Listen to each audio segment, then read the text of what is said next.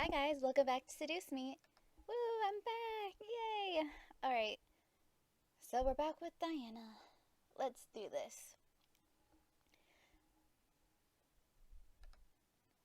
What do you mean by that? I mean erasing your memories, sweetie. This one wasn't serious, was she? She comes into my room and spouts this? This is ridiculous. I began to walk towards my door, wanting to leave the room. The boys could get rid of her. I had no mind about dealing with her myself. The boys are gone, sweetie. I froze in place. What? They were gone already? No way! I turned to Diana, glaring at her, hard at her as she kept a smirk up to me. Sorry about that. I have a cut on my lip. Feels weird when I talk.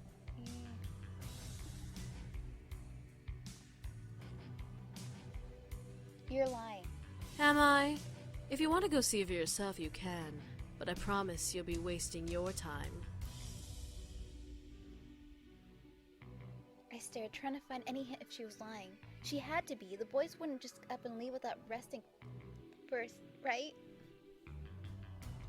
Diana crossed her arms and waited for me to make a choice. I decided to believe her for now. I'd find some hint in this conversation. What do you mean, take my memories? Well, we demons can't have just anyone knowing about us. You have to completely devote your soul to learning about us. And even then, it's not always guaranteed that you can be granted knowledge of us. What makes me not deserve to know everything? I was attacked by devils. I found the boys in my house, wounded, and sheltered them. I think I deserve to remember those moments. Diana let out a laugh, running a hand through her hair before looking back to me, amused. You were attacked by a gang and were almost killed. You found 5 homeless men and let them stay in your home. There's nothing special about either of these instances. Which is a dangerous thing to do. Yes, there was! A human like you can't understand the rules. The boys themselves aren't even aware of the rules. They'll learn soon enough. Diana flipped her hair before looking at me with a stern look. Listen, sweetie. You're not going back to bed or leaving this house with those memories. I'm taking them from you, one way or another. I glared, standing my ground. You're not taking my memories. I'm not letting you take them. And what do you plan to do with them, huh? Tell the press? Gossip to your friends that demons exist? Confess to your parents that you had demon servants and were almost killed by a devil gang? Now she was making me mad. Did she seriously think I was this stupid? These memories were precious to me, and I wasn't going to let her win over my mind. These memories are important to me. I know that other creatures exist. I know that magic exists. I'm more open-minded now. Open-minded or gullible? What did she mean by that? The point of being open-minded was to be open to all thoughts. How was that anything close to being gullible? There is nothing to learn from remembering the boys that won't bring trouble. I'm merely saving you from that. There are more than just demons who want to keep their existence a secret. There are many creatures in this world that don't want to be known of, and you remembering a small fragment is not acceptable to them without good reason. Diana smirked. If you would have kept the boys, or at least had one of them around, they'd be a little more lenient to listen to your pleas. However, you're about to go into tomorrow without any of them around. I couldn't believe my ears. There were more than just demons? Other fictional creatures existed? There was a system? What? Diana sighed and snapped her fingers, lifting my body up from the ground with her magic. Look, I can kill you and no longer waste what little time I have, or I can erase your memories and go on with my life. I have more important things to do above arguing with you. I looked down at the ground and saw something that made every movement in my body quickly taking fear. On the ground was a large open mouth with sharp white teeth, leading to an empty black abyss. I could feel the heat from its mouth. Mouth's breath pant against my floating body. Ah! I looked to Diana, who was looking at me with a stern, almost heartless gaze. Make a choice, sweetie. Give up your memories or be a demon's snack. I warn you, he's quite the biter. I was panicking. I was about to die. Again. The boys weren't here to protect me. What was I going to do? Give up my memories. My mind began to wander. Were the memories truly worth my life? I remember the way the boys helped organize the house party and helped me home after Malex's ordeal. But then I remembered, I'm only human. I wasn't a demon. I wasn't special. The world of magic was too large for me. I already had a world to face without magic being involved. I felt a wave of sadness run through me, replaying the memories of all that had happened the past few days one last time before speaking up. Fine, take my memories. I couldn't keep them. They were beyond my world. They were beyond what I needed to know. I was never meant to know of them. Diana nodded. Glad you understand now. The pit beast below me closed its jaws, vanishing into nothing as I was lowered to the ground. I stood up straight and looked to Diana, resolved. Diana sighed before closing her hand and mustering Latin phrases under her breath, loud enough for me to barely hear. She then opened her hand and revealed a small purple vial. What is that? A memory potion. It will remove all of the memories of demons and magic from your mind. With the memories gone, you can live your life as free as you want. What about the boys? I have a spell for them. As soon as you drink that potion, you sign your contract with me, and I will take the boys back to where they belong. Will they remember me? I'll make sure they won't. They won't even remember ever thinking about coming to the human world. Why didn't you use it before now? Why do I have to drink it knowingly? Because demon magic isn't black and white, dear. The one catch is that the potion has to be drunk with full natural consent, so I can't just slip it into your chocolate milk or pour it into your mouth as you sleep. That's the downside of good succubus magic. So I'll be... A plain, boring human. No potential, no abilities, no memories to even have abilities. You'll be a plain Jane girl in a plain Jane world. I nodded before looking to the vial. My memory in exchange for my humanity. I popped the cork of the vial and gingerly brought it to my lips. Goodbye, magic. Goodbye, demons. Goodbye, strange future. Hello, normalcy. I tilted my head back and chucked the drink down, feeling its magic already starting its work as it reached the inside of my mouth. I felt dizzy and sick, but I sucked down every last drop of the liquid. I felt the memories of the boys fade away. I never met them in the house. When I moved in, I never was attacked by Malex or by his goons. I was never kidnapped. I never met Diana. As I finished drinking, I felt my body grow weak, almost becoming unable to continue standing up. My vision was blurred and fuzzy, and I couldn't help but let my eyes shut. I asked for this. I wouldn't have the boys protecting me anymore. I didn't even open my eyes when I finally fell forward in Diana's arms. It's for your own good, sweetie. Forget about it and be normal. I'm sorry. I felt my mind slowly relax. There were no demons, no devils, no magic to drive me crazy. Everything was normal. Everything was peaceful. Everything was ordinary. Just the way Diana wanted. Just the way I wanted. Eventually, the morning arrived and the sun screamed at me to get up. Surprisingly, I woke up before my alarm clock, which was nice. I stretched out and quickly got dressed, getting ready for school. I went over in my mind what had happened over the weekend, suddenly feeling weary. I had moved in Friday night, held a house party Saturday, and enjoyed my day Sunday. Yep, sounds right. I scooped up my bag and headed downstairs for the dining room. The room was empty and I felt hungry. I needed to eat something. I looked to my phone and saw a text I must have completely forgotten about. Dude, are you okay? Did the drive home yesterday go okay with your dad? Oh. I tried to remember, but for some reason yesterday's event seemed blurry and almost blank. I remember going to school, doing what I said, and then going home. I don't remember, however, ever being picked up by him. I must have been, or else I wouldn't be safe at home. I rubbed my head, trying to shake out exhaustion. Damn, studying? I sighed and texted back. Sorry, I forgot to text you back. Everything was fine, so see you when you get here. I made myself some quick toast and coffee, needing a jump start. I felt drained and did not want to fall asleep in class. Something bothered me, though.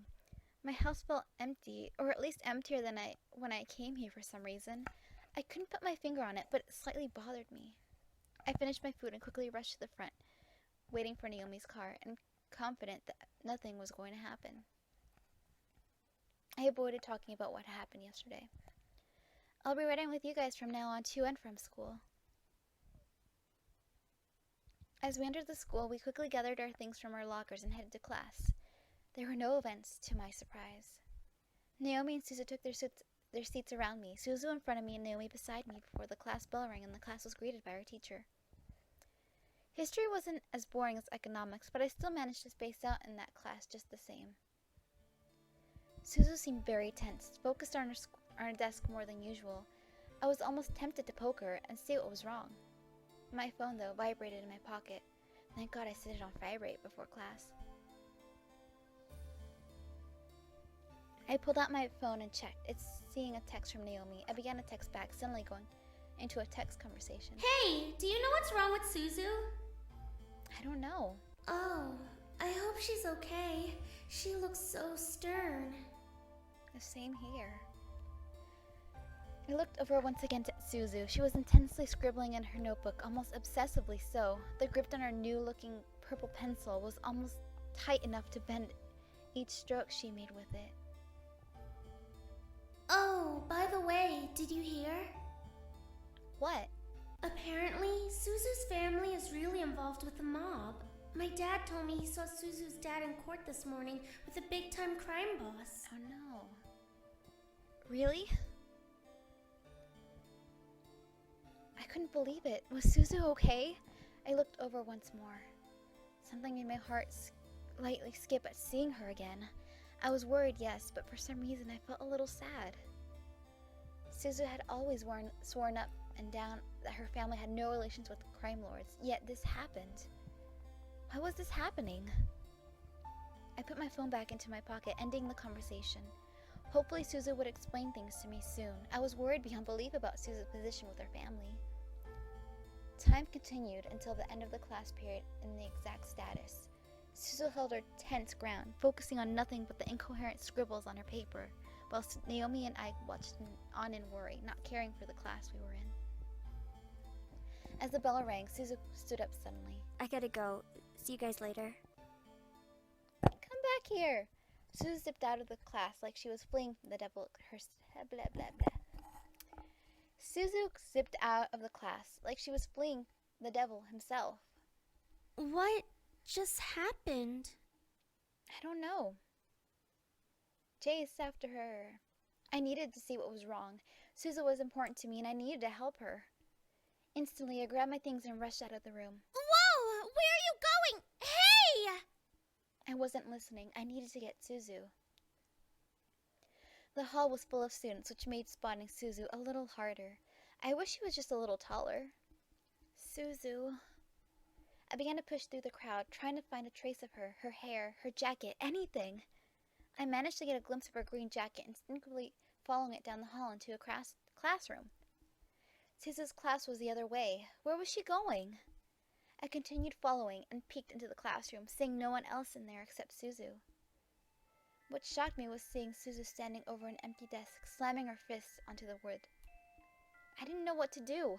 The world behind me in the hall went into slow motion as I stared at Suzu's back. She obviously wanted to be alone, but I wanted to help her and fix whatever was bothering her. Help her. I couldn't leave her like this. I quickly stepped into the room and closed the door, making Suzu flinch and freeze up. Suzu? Suzu gasped before turning to me, a shocked expression on her face. Tears had painted her cheeks, which made my heart sink to my chest. Suzu, what's going on? It's nothing. Nothing. Suzu quickly rubbed her eyes and face, trying to cover her face and clean it of its sadness. I pressed my lips together, not believing her. Suzu, talk to me. You were acting strange in history. I was just listening to the lecture. You were scribbling in your notebook. I was watching almost the entire class period. I have bad handwriting. That was true, but she wouldn't write notes about class. She didn't care much for class, unlike Naomi and me. Why was she lying to me? What was going on? What was making her so distraught? Suzu, whatever is troubling you, let me help you. You can't help me, okay? I stepped back, feeling the sudden anger in her voice. She covered her mouth, forgetting what came out of it, and stared almost in pure fright at me. Suzu. I stepped towards her, not wanting to scare her, but wanting to be closer. Suzu didn't seem affected, so I continued to walk towards her. Eventually, we were only a desk away from each other. Tell me. Suzu stared before letting out a shuddering sigh, nodding in defeat. I slowly took a seat on the desk in front of me, watching as she moved to stand in front of it. I've been having some issues, okay? Issues? What about? I'm supposed to help out the casino after graduation.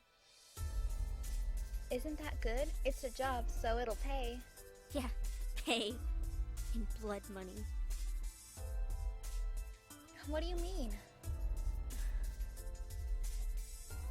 Is something going on with the casino? Yeah, I get the pleasure of being a true Italian. What do you mean? Well, my dad's always wanted to own a casino, but my dad's an immigrant and whatever, so language barriers kept him from doing that. Luckily, my mom's pure Chicagoan, and so she knows English. When they opened up the casino together, I thought it'd be a great experience. But it wasn't, was it? A couple of suits showed up to our house last night. Mafia suits. They claimed that we were under protection as part of the Capone family. No way, Suzu. Look, I knew my family was a little messed up, but to be related to Capone was beyond crazy. My mother swore up and down that she had no relation to them, but apparently, through a marriage and a couple contracts, we're technically part of the family. Even if it isn't true, they made my folks sign out a protection license. It was crazy. Al Capone was the Chicago mobster Robin Hood, but knew how to keep a family together. I never knew Suzu's family was so involved. With Suzu so protective of her family, it was no wonder she was upset. She preached so often that her family wasn't involved in things like that. Even Naomi defended her. I had to stop. This wasn't helping Suzu. I needed to help her feel better beyond anything else. So what happens to you? Nothing. We pay a part of our profit to the family, and we're protected. Protected my ass. It's bribe money to make sure we don't lose business or get bombed. Suzu stared down at the desk between us, her hands tightening in fists. This is bullshit. I was gonna be normal, I was gonna be happy, I was gonna finally be normal enough to ask you out! I felt like I was dreaming. What? She wanted to ask me out? Huh? When? How? Suzu covered her mouth and stared up at me, as if she had slapped me and regretted moving her hand. I stared, lost in my own thoughts. Suzu pounded the desk with her fists again. Fuck! This is great! Just great! Just turn around. Aw, it's okay. It's okay. I stood and turned around, obeying her, lost in my own train of thought. I needed to do anything I could to help her subconsciously. I could hear Suzu grumbling to herself. This is stupid. Stupid! You need to stop. You might as well go. I mean, this is... Suzu groaned. I could feel her mixed emotions radiate onto my back. I felt myself stepping forward, away from Suzu in reaction. No! Oh, okay. I was like, you're really gonna leave? Quickly, though, Suzu grabbed hold of my chest, vest. What is wrong with my mind? Vest. I froze, breaking from my own thoughts. I like you. I really do, okay? I felt my heart flutter in flattery. Suzu, one of my best friends, liked me. I wasn't sure what to say. Suzu's grip on my vest tightened, pulling me slightly. I wanted to turn and hug her, but right now she needed to let her emotions out. I like you, but I don't want to ask you out like this. I don't want people to think you're affiliated with the Mafia kid. This whole situation is just messed up and... I felt my heart drop.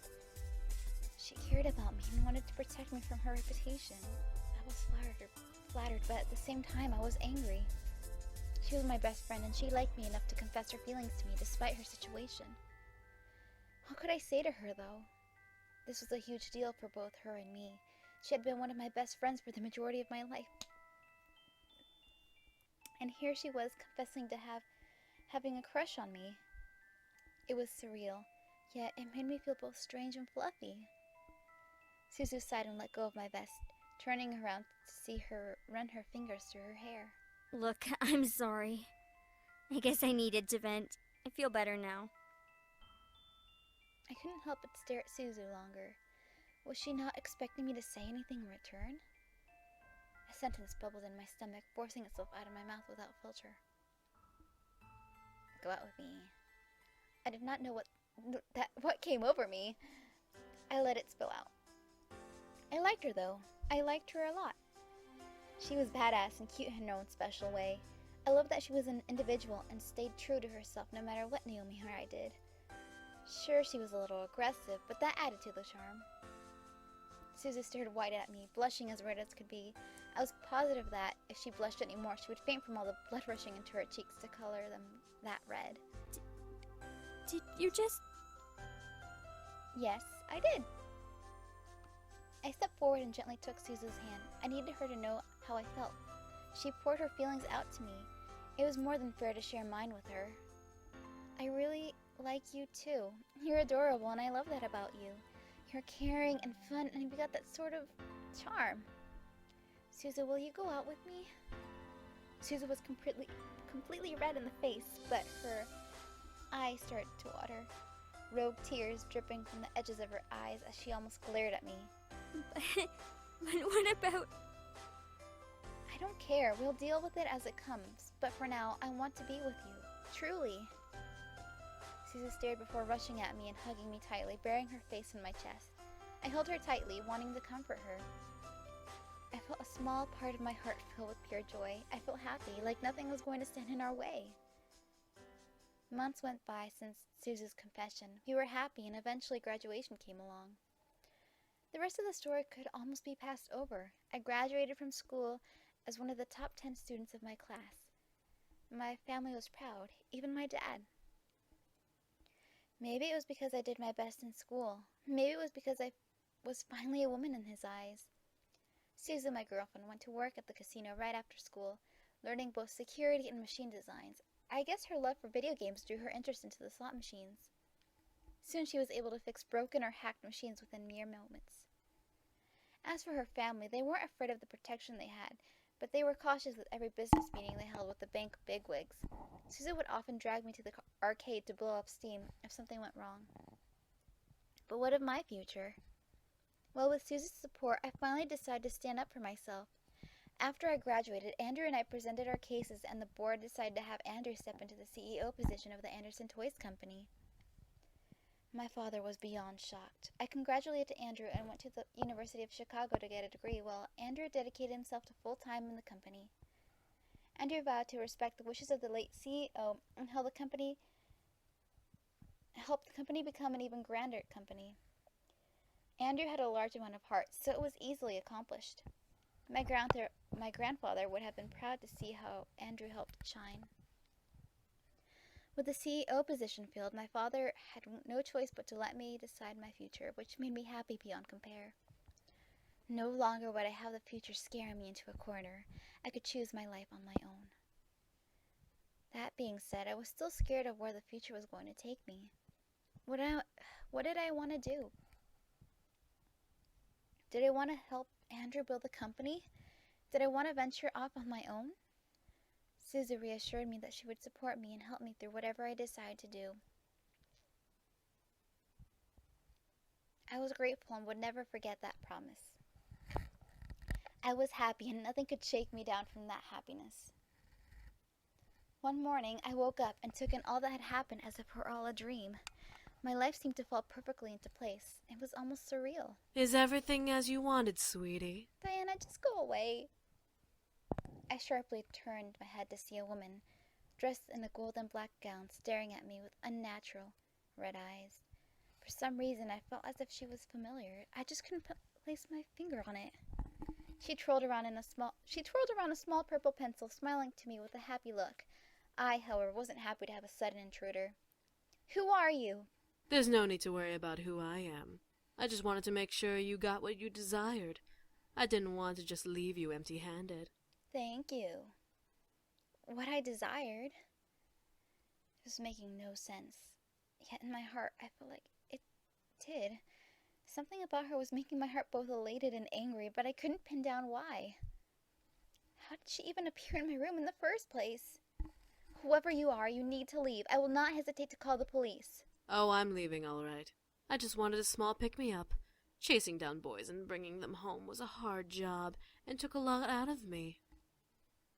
I suddenly felt weak, staring at the woman. I felt warm and fuzzy inside my body, and I wanted the woman to cure me. Why was I feeling like this? Would you mind if I steal a little kiss for the road? It'll be a long trek to where I'm going, and I need to make sure I have the energy to get there. It's only fair since I helped you get your little happy ending, no?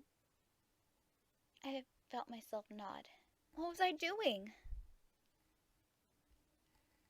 The woman smiled before walking over, leaning over me and kissing my cheek.